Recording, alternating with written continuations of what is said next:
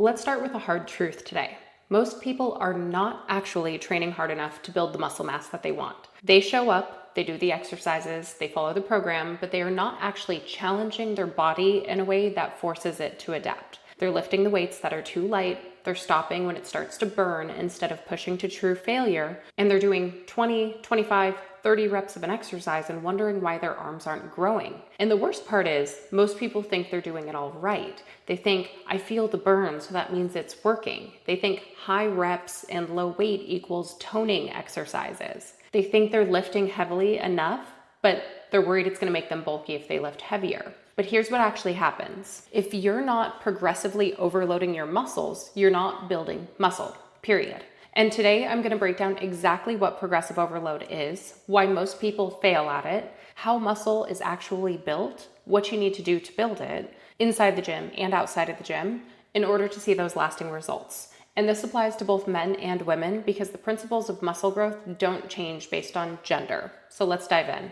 First off, what is progressive overload? Maybe you've heard this word thrown around. Progressive overload is the single most important principle in strength training. It means you have to consistently increase the demand on your muscles over time to see change. That could mean lifting heavier weights, doing more reps with the same weight, adding more sets, slowing down your tempo, which is called time under tension, or reducing rest time between sets. The point is your body adapts to stress. So if you do the same workout with the same weights and the same reps week after week after week, your body has no reason to change. It's already adapted. It's comfortable. It's not being challenged.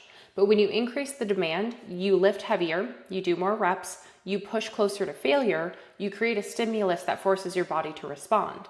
And that response is muscle growth. Let's talk about the science behind it. Muscle growth is also called hypertrophy. And hypertrophy happens through a process called muscle protein synthesis. So when you lift weights, you create microscopic tears in the muscle fibers. Your body recognizes that as damage, and in response, it repairs those fibers. But it doesn't just repair them where they were, it builds them back stronger and bigger so that they can handle more stress next time without tearing.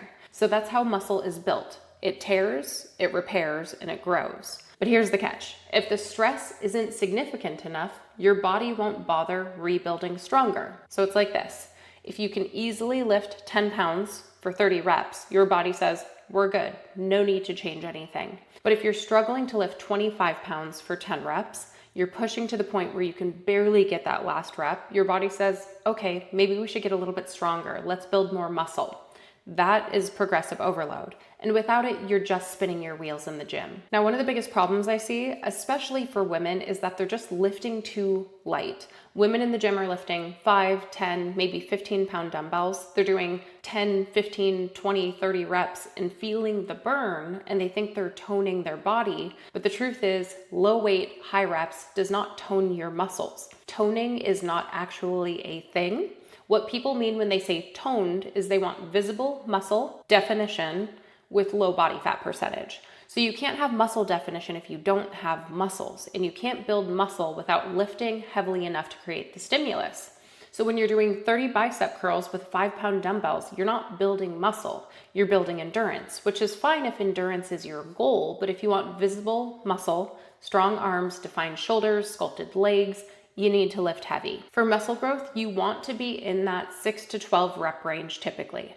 Sometimes 15 on certain exercises, but definitely not over 15, definitely not 20, not 30, not 40. Because once you get past that 15 to 20 reps, you're training muscular endurance, not muscle growth. I get it. A lot of women are scared to lift heavy because they think it's going to make them bulky. Let me be very clear.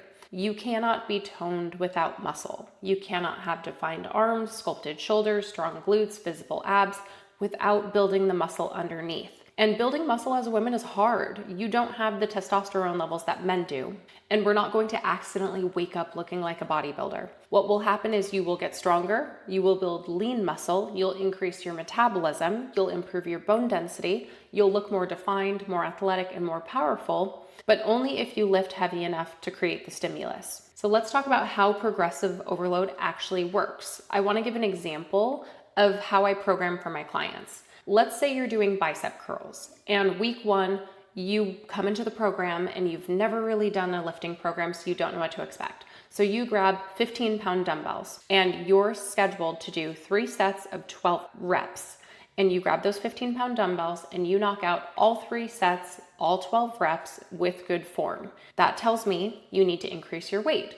So maybe the next week you come back and you do 20 pounds. Well, maybe on the first set you still hit all 12 reps, but on the second set you hit 8, and on the third set you hit 6.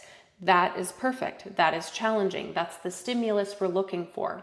Now, your goal over the next few weeks will be to close that gap back up to all 12 reps at all 3 sets with the new weight you chose. So maybe week 3 you hit 12, 10, and 8. Maybe week 4, it's 12, 11, 10. Maybe week 5, you hit 12, 12, 12. And then at that point, you increase up to the 25-pound dumbbells. So that is progressive overload, where once something becomes easy, we increase. So you're not doing the same thing every week, you're progressing, you're pushing, your body is not adapting. But here's the key, you have to track this. You can't just show up and wing it. You need to know what you lifted last week so you know what to aim for this week. So we have to write it down, we have to use an app, we have to track our weights, reps, and sets, because if you're not tracking, you're not progressing. Within our program, we use a platform that outlines your weights, reps, and sets, and then it can tell us if you've increased on a weight, if you've hit a new max, and we make recommendations based on progressive overload with what we see the client doing each week. Now, the problem that we see is people quit when it starts to get hard. And I say this consistently. Say the workout is mapped out as 10 to 12 reps. They'll get to rep 10 and they'll stop. And they'll hit all 10 at that weight. And they'll say, well, I did it. And it's like, well, if you could have gotten 10 on all 3 sets, you probably could have gotten the 12, right? Well, yeah, but I stopped at the 10. Well, why? The range is up to 12. So the other thing is people put the weight down, they'll shake it out, and they'll move on as soon as they feel a little bit of discomfort. But here's the thing, that burn, that fatigue, and that discomfort, that's where the growth happens. Muscle growth doesn't happen in your comfort zone. It happens when you push past what's comfortable. Now, do you need to train to absolute failure every single set? No, not necessarily. True failure is when you literally cannot move the weight another inch. You're grinding, you're shaking, you cannot complete another good rep with good form. And training to failure does have its place, but we don't need to be doing it on every set. What you do need to do is push close to failure. You need to get to the point where maybe you have 1 to 2 reps left in the tank. You're getting to that 12 rep range, but maybe you could have done 13 or 14. But you're not stopping at 6 when you could have done 10, and you're not stopping at 10 when you could have done 12 if your rep range was 10 to 12. So here's how I teach my clients to recognize this. If you finish a set and you feel like you could have easily done 5 more, then you didn't go hard enough. At the end of each workout, we rate our workout based on how hard it was. And we always want our workouts to fall into that 7 to 10 range if we want to be building muscle. So if you finish a set and you're thinking, maybe I could have squeezed out 1 more, maybe 2, that's the sweet spot. That's where you need to be, because that's the stimulus that tells your body we need to adapt, we need to get stronger. And here's the truth, it's uncomfortable. It's supposed to be. But discomfort is not the same as injury. Discomfort is growth. So we got to stop quitting when it starts to feel hard, because that's exactly where you need to push if you really want to take your results to the next level. The next thing we're going to talk about is volume training. So what do you do when you max out on some things? So when you hit a plateau, maybe you've been progressively overloading for months, you've been getting stronger, but now you've maxed out on certain exercises. Maybe your grip strength is limiting you on rows because your hands can't hold enough weight. Maybe you've maxed out the heaviest dumbbells you have at home in your gym, or maybe your wrists are getting uncomfortable going heavier on certain movements. This is where volume training comes in. Volume training means instead of increasing the weight, you increase the total amount of work you're doing. So what this could look like is adding an extra set. So going from 3 sets of 10 to 12 up to 4 sets of 10 to 12. It could be adding more exercises for a specific muscle group. And I do this a lot for clients who have specific areas of their body that they want to build. Say it's quads or shoulders or traps. We will add more exercises for that muscle group so that we can build them faster. It could be increasing your total reps across your workout. So let's say you're doing dumbbell shoulder press and you've maxed out at 40-pound dumbbells for 3 sets of 10 reps. Instead of increasing the weight, you could just add a 4th set. You could slow down your tempo. So maybe your tempo before was 1, 2, 1, 2. What we could do instead is 1, 2, 3, 4, up, 1, 2, 3, 4, down.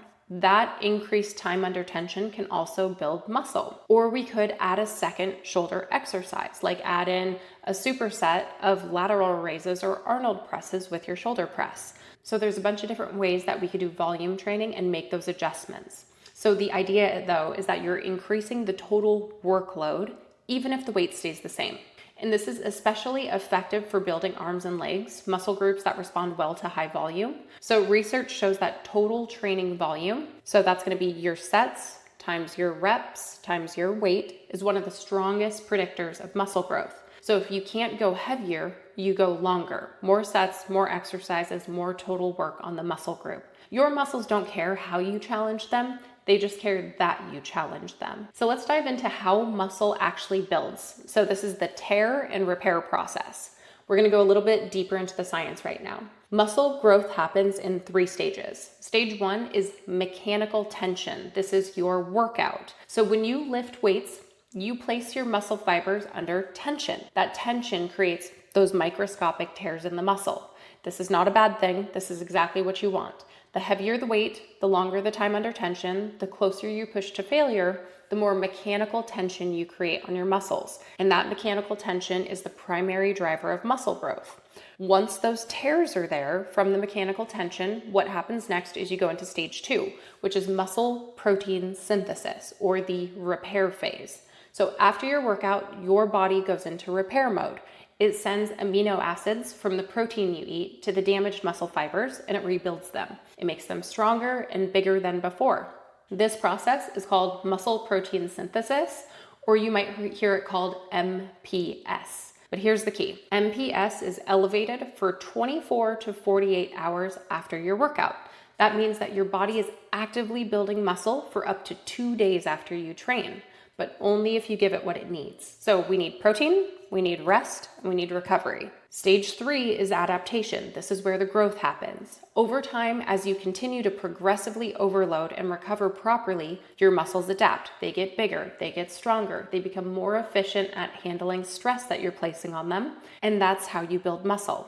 But here's the thing, all 3 stages matter. You can't just train hard and expect growth if you're not recovering properly. You can't just eat protein and expect to grow if you're not training hard enough. You need both of those things to lead to the stage 3. So let's talk about the things you need. We need rest, hydration, sleep, and protein for muscle repair. So let's talk about recovery, because this is where most people drop the ball. You don't build muscle in the gym, you build the muscle after the gym when you're resting, eating, and sleeping. So rest days, you need at least 2 full rest days per week. This is non-negotiable. Your muscles need time to repair. If you're training 6 to 7 days a week without a break, you're not giving your body a chance to rebuild. So what happens? You plateau, you get weaker, you increase your risk of injury, you burn out. Rest is not lazy, rest is strategic. For my clients, I program either 3 days lifting, 2 days cardio, and 2 rest days, or 4 days lifting, 1 day cardio with 2 rest days. Those rest days are sacred. You can do light movement, you can walk, you can stretch, you can do yoga, but no heavy lifting, no intense cardio. You have to let your body fully recover. Now, hydration. You need to be drinking a half gallon to 1 gallon of water per day. Water is essential for muscle recovery. It helps transport nutrients to your muscles. It helps flush out waste products. It helps your joints stay lubricated. It regulates your body temperature.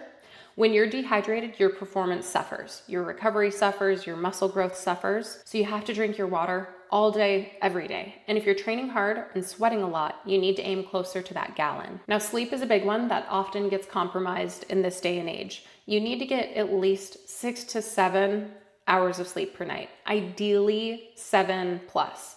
But here's what happens when you sleep. Your body releases growth hormone and it repairs muscle tissues. And it also regulates your hunger hormones. If you're only getting 5 to 6 hours of sleep consistently, you're sabotaging your muscle growth. Research shows that people who sleep less than 6 hours per night have significantly lower rates of muscle protein synthesis compared to those who sleep 7 to 9 hours a night. So you can train perfectly, you can eat perfectly, but if you're not sleeping, you are leaving gains on the table. So we have to prioritize sleep.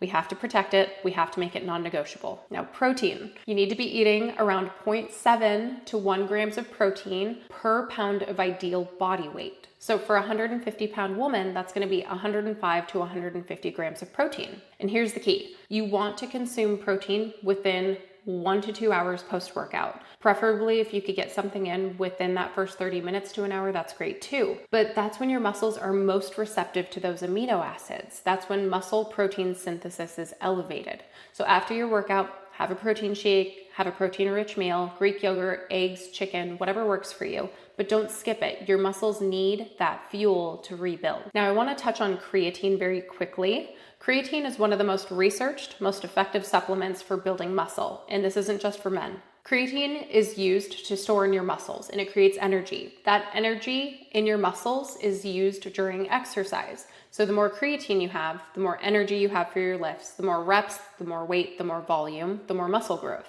But creatine also has neurological benefits. It supports cognitive function, focus, mental clarity, and it helps with recovery. It may even support bone health. So the standard dosage of creatine is 5 grams per day, but research shows that taking 5 to 10 grams per day can provide additional benefits, especially for men and women who are 35 plus, who may need slightly higher doses due to baseline creatine stores. So you don't need a loading phase. A lot of the bottles will say you have to load up over the first couple days. It causes a lot of bloating, a lot of water retention. So you can just go straight into taking creatine 5 to 10 grams a day consistently forever. The myths that we see around creatine is it'll make you bloated. It's only going to make you bloated if you're not drinking enough water. Creatine pulls water into your muscle cells. So if you're hydrated, you'll look fuller, more muscular, not bloated. A lot of people think creatine's only for men. It's completely false. Women benefit just as much as men. And a lot of people think creatine's bad for your kidneys. And this has been totally debunked for decades with tons of research that it shows it's safe for healthy individuals who don't have kidney problems. So all of my clients who are serious about building muscle, who drink enough water consistently, I encourage them to take creatine. It works, use it. Let's go back to the differences between men and women when it comes to progressive overload. The good news is the principles of progressive overload are the same for men and women. You both need to lift heavy, you both need progressive overload, you both need to push close to failure, but there are a few slight differences we need to acknowledge. So women recover faster between sets than men. Research shows that women can recover faster between sets, likely due to the differences in our muscle fiber composition and our hormone profiles. So what does that mean practically? If a man and a woman are working out side by side, doing the same workout, women can often handle shorter rest periods and higher training frequency than men. So if you're a woman, you might feel good to go after 30 to 60 seconds of rest. Go. You don't need to wait 3 minutes like the guys. And you can often train the same muscle group more frequently without overtraining because we typically don't lift as heavy and our muscles recover more quickly. Now, here's the other thing. Women are less likely to push to true failure. This is a socialization thing, not a biological thing. But research shows that women on average stop further from failure than men. They underestimate how much they're capable of lifting. So if you're a woman, you're probably stronger than you think. So push harder, lift heavier, go close to failure. I promise you're not going to break. But the bottom line of all of this is most people are not challenging themselves enough to see the results that they're really after. So what I want you to walk away with today is that if you're not seeing the muscle growth you want, you're not challenging yourself enough or recovering properly. So you're either lifting too light, you're stopping too soon, you're not progressively overloading. So the solution is simple but not easy. Lift heavier, push harder, track your progress, rest, eat enough protein, sleep, hydrate, supplement with creatine. If you do that consistently over 6 months, 12 months, 2 years, you will absolutely transform your body, but only if you're willing to get uncomfortable, only if you're willing to push past the burn, and only if you're willing to challenge yourself in a way that forces your body to adapt, because that's how muscle is built. Tear, repair, grow. Muscle doesn't grow from doing what's easy, it grows from doing what's hard. So go lift something heavy and keep leaning into your non-negotiable habits. You guys got this.